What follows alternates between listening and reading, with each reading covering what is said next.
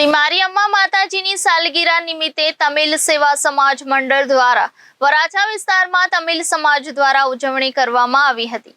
આ ઉજવણીમાં તમિલ સમાજના લોકો પીઠ પાછળ તેમજ મોઢામાં સળિયા તેમજ પીઠ પાછળ હૂક ખોચીને ફોર વ્હીલ રિક્ષા જેવા વાહનો ખેંચીને ઉજવણી કરી હતી।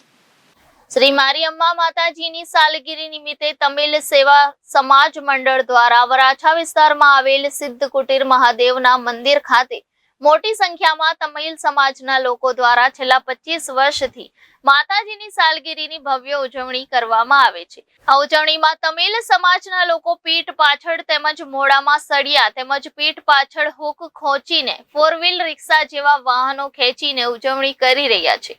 લોકોની મારીઅમ્મા માતાજીની શ્રદ્ધાને લઈને લોકો છેલ્લા 25 વર્ષથી ઉજવણી કરી રહ્યા છે। તમિલ સમાજમાં લોકોનું કહેવું છે કે લોકો શ્રદ્ધાપૂર્વક માનતા રાખે છે અને તેનું ફળ માતાજી અચૂક આપે છે।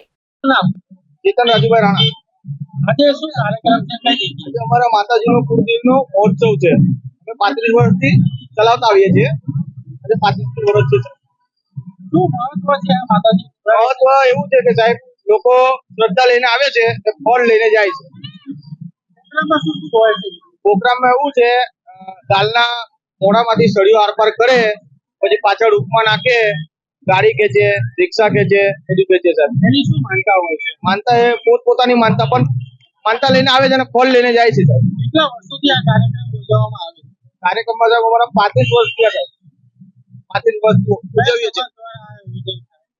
કાર્યક્રમ અમારું તમિલનાડુનું છે। તમિલનાડુમાં રાજકુમાર રાજુભાઈ મદ્રાસ। આજે શું કાર્યક્રમ? આજે અમે તમિલનાડુના નિવાસી છે, અમારો પ્રોગ્રામ છે।